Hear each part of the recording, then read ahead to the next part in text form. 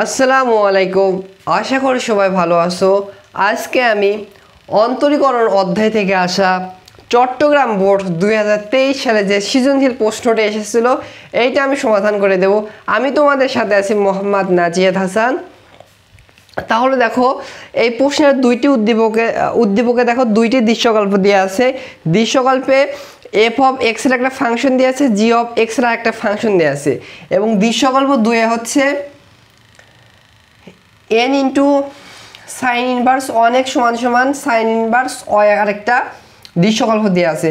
So ক নম্বর প্রশ্ন আমাদের মান নির্ণয় করতে বলছে। এলটি মানে হচ্ছে লিমিট বুঝাচ্ছে, যার এক্স টেন্স টু হচ্ছে ইনফিনিটিভ, এর মান আমাদের নির্ণয় করতে হবে। সো যেটা দেওয়া আছে সেইটা লিখেছি। So limit x tends two হচ্ছে ইনফিনিটিভ যদি থাকে, তুমি যদি ইনফিনিটিভ যদি ডিরেক্ট যদি এক্স এর মান ইনফিনিটিভ বসে দাও তাহলে ইনফিনিটিভ বাই ইনফিনিটিভ আসবে, সেটা কিন্তু গ্রহণযোগ্য হবে না। সো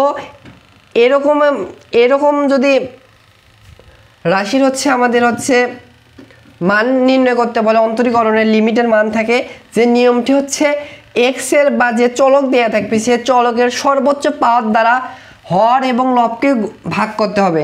তাহলে দেখো এলটি দ্বারা লিমিটকে বুঝেছে এক্স টেন্স টু হচ্ছে ইনফিনিটিভ, হরকেও যদি আমরা এক্স টু দি পাওয়ার 4 দ্বারা ভাগ করি, লবকেও যদি এক্স টু দি পাওয়ার 4 দ্বারা ভাগ করি, divided x to the power 4 হবে। সর্বোচ্চ পাওয়ার দেখো এক্স টু দি পাওয়ার 4, নিচে দেখো এক্স টু দি পাওয়ার 4 সর্বোচ্চ পাওয়ার। সো হরকে আমরা হচ্ছে এক্স টু দি পাওয়ার 4 দ্বারা ভাগ করব, নিচে হচ্ছে এক্স টু দি পাওয়ার 4 দ্বারা ভাগ করব। তাহলে দেখো কি হয়, একবারই লিখলাম এখানে দেখো LT x tends to infinitive. তাহলে দেখো এক্স টু দি পাওয়ার 4কে এক্স টু দি পাওয়ার 4 দ্বারা ভাগ করলে হবে হচ্ছে 1, এরপরে প্লাস প্লাস দিলাম, এরপর হচ্ছে 3, এখানে 3 হচ্ছে 3 স্কোয়ার, 3 স্কোয়ারকে যদি এক্স টু দি পাওয়ার 4 দ্বারা ভাগ করে দেখো 3 স্কোয়ারকে যদি এক্স টু দি পাওয়ার 4 দ্বারা ভাগ করি তাহলে হবে 3 ইন্টু পাওয়ার, এখানে হচ্ছে একে যদি ভাগ করি তাহলে এক্স মাইনাস 2 হবে। কীভাবে হবে দেখো, ভাগের ক্ষেত্রে হচ্ছে এ ডিভাইডেড বি থাকে, যদি থাকে ধরো পাওয়ার ওপরে 2 আছে, নিচে পাওয়ার হচ্ছে 3, এটাকে এভাবে লেখা যায়, এখানে একই চলক হবে এ হবে, তাহলে হবে সূচক থেকে 2 মাইনাস নিচে যে পাওয়ার থাকবে সেইটা বিয়োগ যাবে, তাহলে 2 থেকে -4 করলে হচ্ছে -2 হবে। তাহলে এখানে হবে হচ্ছে 3x ইনভার্স 2, আর এখানে দেখো হচ্ছে 1 divided x to the power 4, তাহলে হবে উপরে উঠলে হবে হচ্ছে মাইনাস এক্স ইনভার্স 4 হবে। আর নিচেও যদি দেখো 3x টু দি পাওয়ার 4কে যদি এক্স টু দি পাওয়ার 4 দ্বারা ভাগ করি তাহলে দেখো এইখানে হবে হচ্ছে 3, এরপর হচ্ছে প্লাস প্লাস দাও, এক্স কিউবকে যদি এক্স টু দি পাওয়ার 4 দ্বারা ভাগ করি তাহলে হবে এক্স ইনভার্স 1। এরপরে দেখো -2xকে যদি হচ্ছে এক্স টু দি পাওয়ার 4 দ্বারা ভাগ করে তাহলে -2x ইনভার্স 3 হবে। এইবার হচ্ছে আমরা লিমিট বসিয়ে দেবো, লিমিট বসিয়ে দিলে এখানে কোনো সমস্যা হবে না। দেখো লিমিট যদি এখানে বসিয়ে দিই তাহলে দেখো কি হয়, 1 প্লাস 3, এটাকে হচ্ছে দেখো এক্স ইনভার্স 2 আছে, এটাকে আমি এভাবে লিখতে পারি 1 ডিভাইডেড এক্স স্কোয়ার।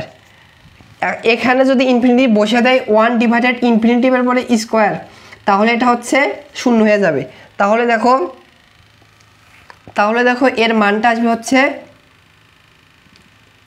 0।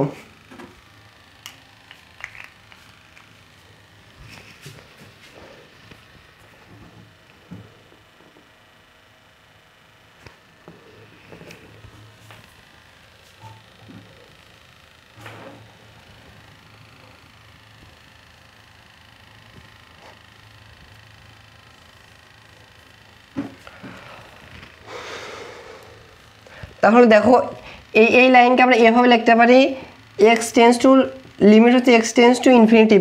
সো এটাকে আমরা একটু সুন্দরভাবে লিখতে পারি 1 প্লাস 3 ইনভার্স 2 আছে, এটাকে এভাবে লিখতে পারি 3 ডিভাইডেড এক্স স্কোয়ার, আর এখানে আছে এক্স টু দি পাওয়ার 4, এটাকে এভাবে লিখতে পারি -1 divided x to the power 4, এরপর হচ্ছে ডিভাইডেড নিচেকে এভাবে সাথে লিখতে পারি 3 প্লাস এক্স ইনভার্স 1কে লিখতে পারি 1 ডিভাইডেড এক্স, এরপরে দেখো -2x ইনভার্স 3কে আমরা লিখতে পারি 2 ডিভাইডেড এক্স কিউব, এবার আমরা হচ্ছে লিমিটের মান বসিয়ে দেবো। তাহলে দেখো লিমিটের মান বসিয়ে দিলে এখানে কি হয় 1 প্লাস 3 ডিভাইডেড এক্সের পরিবর্তে লিমিট হচ্ছে ইনফিনিটি বসিয়ে দেবো, তাহলে ইনফিনিটিভের পরে স্কোয়ার, এরপর হচ্ছে -1 ডিভাইডেড এখানে এক্সের পরিবর্তে ইনফিনিটিভ বসিয়ে দেবো, ইনফিনিটিভের পাওয়ার হচ্ছে 4, নিচেও বসিয়ে দেবো 3 প্লাস 1 ডিভাইডেড এক্সের পরিবর্তে ইনফিনিটিভ বসিয়ে দেবো, এরপর হচ্ছে -2 এক্সের পরিবর্তে ইনফিনিটিভ বসিয়ে দেবো কিউব।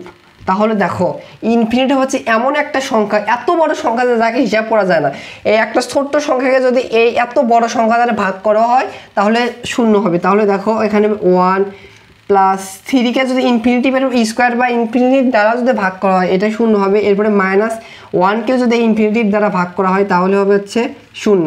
এরপর 3 প্লাস 1কে যদি ইনফিনিটিভ দ্বারা অনেক বড় সংখ্যা দ্বারা তুমি দেখো নাকি ক্যালকুলেটর তুলে দেখো, ধরো 9999999 শূন্য দিয়ে দেখো 0.000 একটু সামথিং একটা মান আসবে, এরকম মান আসবে, মানে শূন্য হবে ইনফিনিটিভ দ্বারা ভাগ করলে শূন্য, -2 ডিভাইডেড ইনফিনিটিভ দ্বারা ভাগ করলে শূন্য হবে।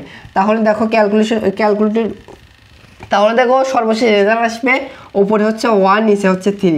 সো এই প্রশ্নের সমাধানের অ্যান্সার হচ্ছে 1 ডিভাইডেড 3, এইটা হচ্ছে এ নাম্বার।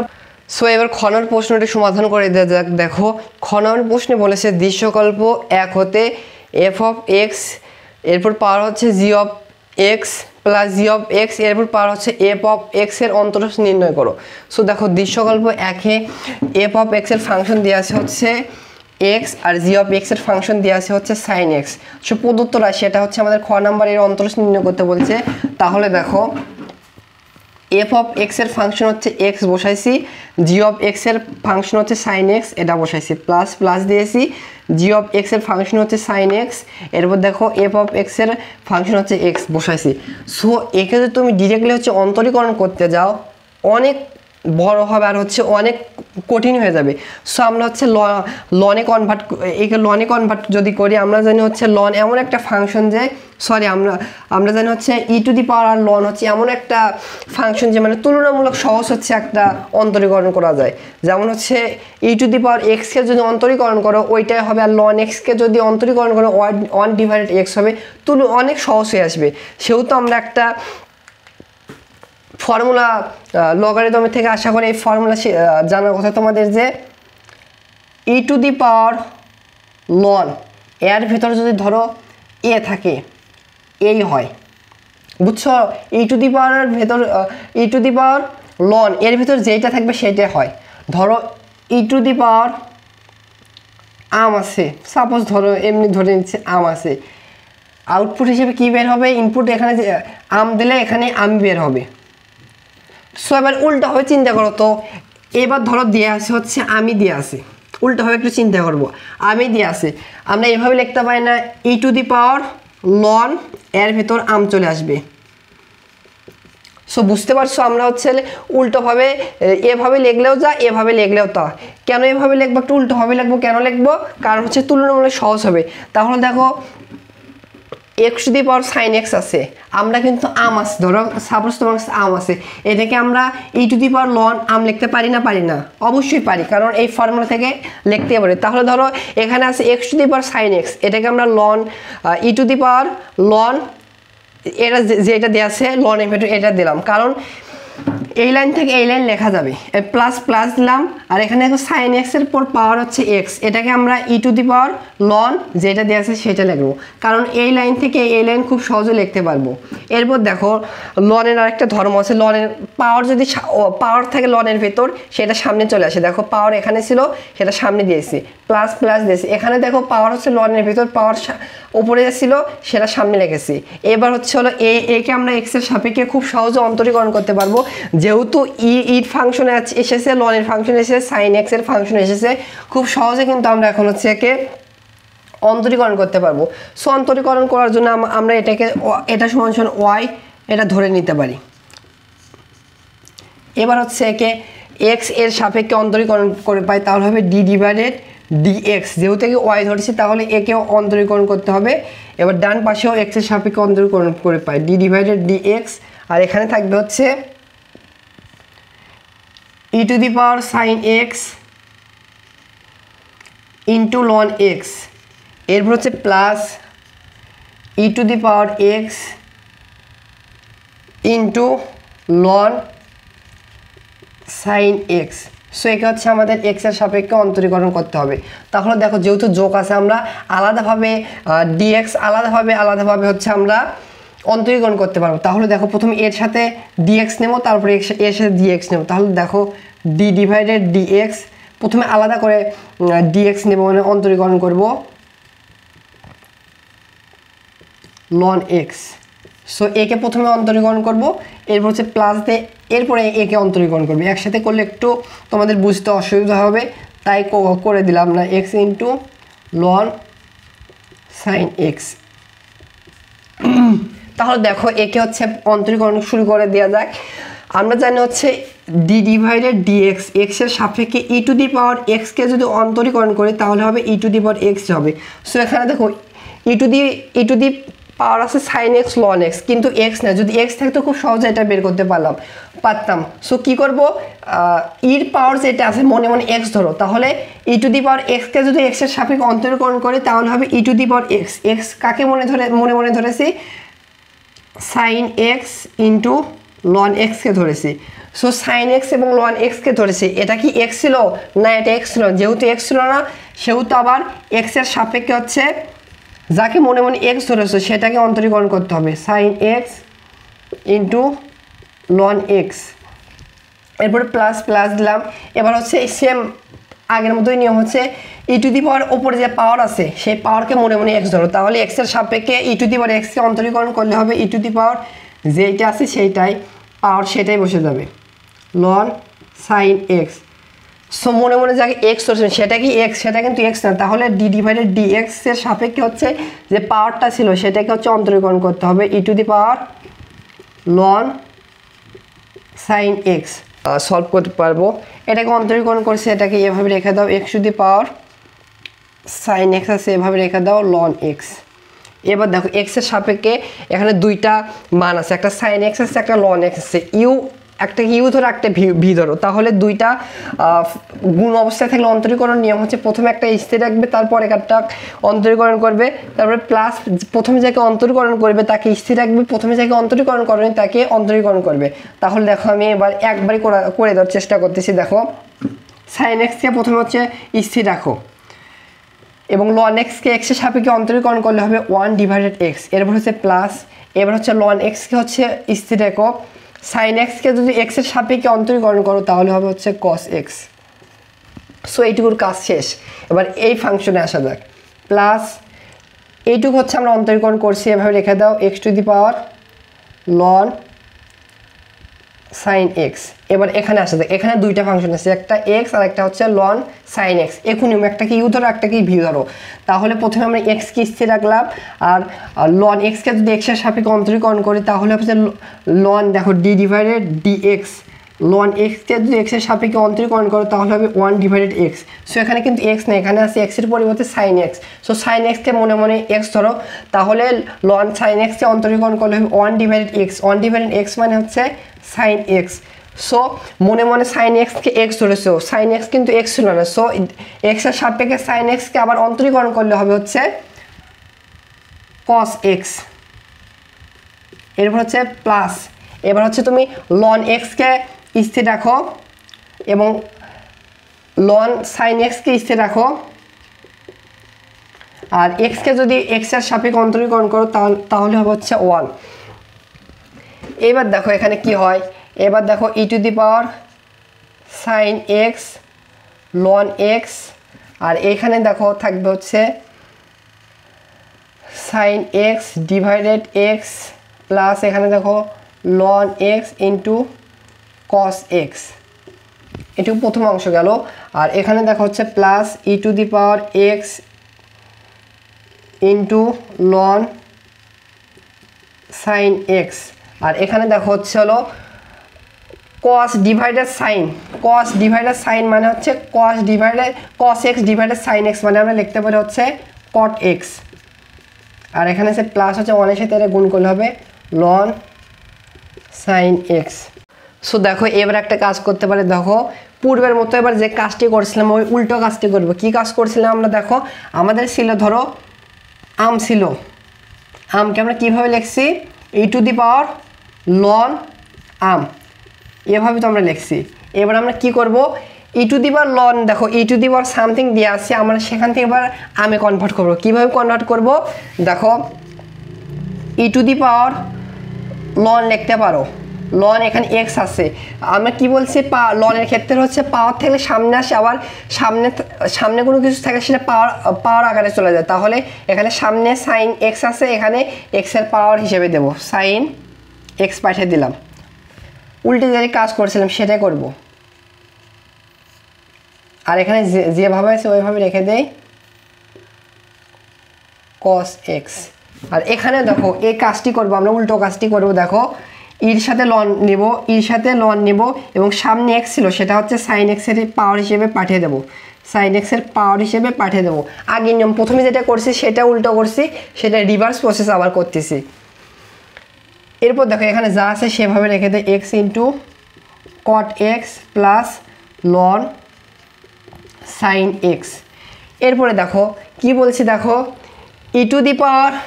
e⁻, লনের ভেতর যেটা থাকবে সেটাই কিন্তু হয়।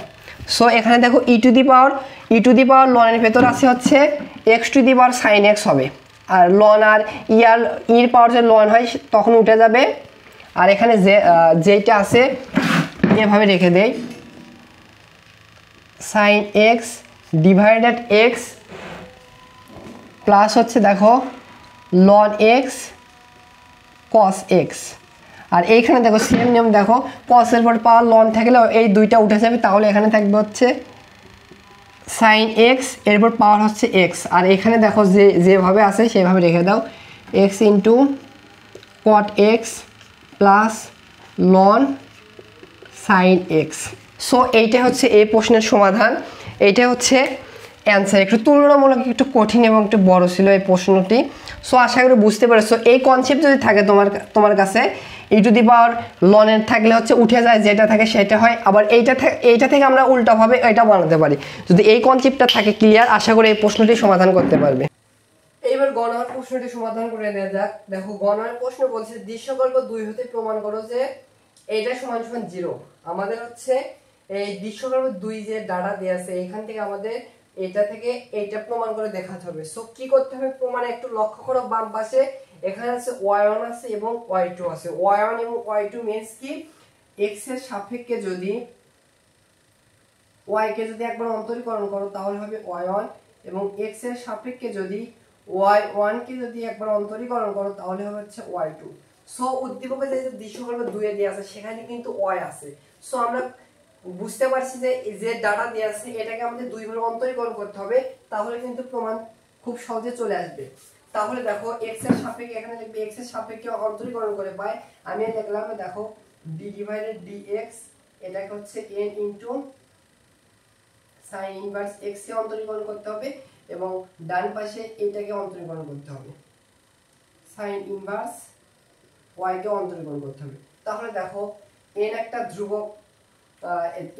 ধ্রুবক মান সামনে রেখে দাও, এবং sin x কে যদি x এর সাপেক্ষে অন্তরীকরণ করো, sin ইনভার্স x কে যদি x এর সাপেক্ষে অন্তরীকরণ করো তাহলে হবে 1 ডিভাইডেড √1 মাইনাস x স্কয়ার।